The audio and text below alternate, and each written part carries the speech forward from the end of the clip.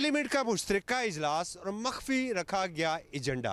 आइए पूछते हैं अरकान पार्लियामेंट से कि कौन सी कानून साजी हुई। मुश्तरका इजलास था मजलिस शूरा का, और उसको रात के अंधेरों में इजलास बुला लेना, कोई एजेंडा नहीं है उसका, इजलास के सामने एजेंडा रख देना, तो ये वाकई हमारे पार्लिमानी रिवायात के भी ख़िलाफ़ है और इसी से हुकूमत की बदनीयती का भी अंदाज़ा होता है। कौमी असम्बली और सेनेट के सेशन चल रहे थे तो तमाम मेंबरान इधर ही थे, तो उन्होंने कहा चलें जी फ़ायदा उठा लिया जाए। ये एक पैरेलल बोर्ड है, वहाँ ट्रूप्स कमिट करना या अदरवाइज़ कमिटमेंट करना, वहाँ कोई भी लाइबिलिटी इनकर करना, कोई रिस्पॉन्सिबिलिटी इनकर करना, ये बड़ा एक आईनी कानूनी मसला है। ये पार्लियामेंट में लाना चाहिए था, इस पर डिबेट होना चाहिए था। दानिश स्कूल जो है एक तरह से आप वफाक को ये इजाज़त दे रहे हैं कि वो सूबों की डोमेन के अंदर जो है मतलब उनके ऊपर इख्तियार रखे इस चीज़ का, तो बस उसको मज़े से खुशी से मान लिया गया। ये जो बिल आया है दानिश स्कूल वाला, one of the best project मेरा ख्याल में चकवाल में हमने लगाया, वो बहुत ज़बरदस्त तालीम दी जा रही है, तो इसके लिए ये बिल आज पास हुए हैं, तो इंशाल्लाह सारे इस पे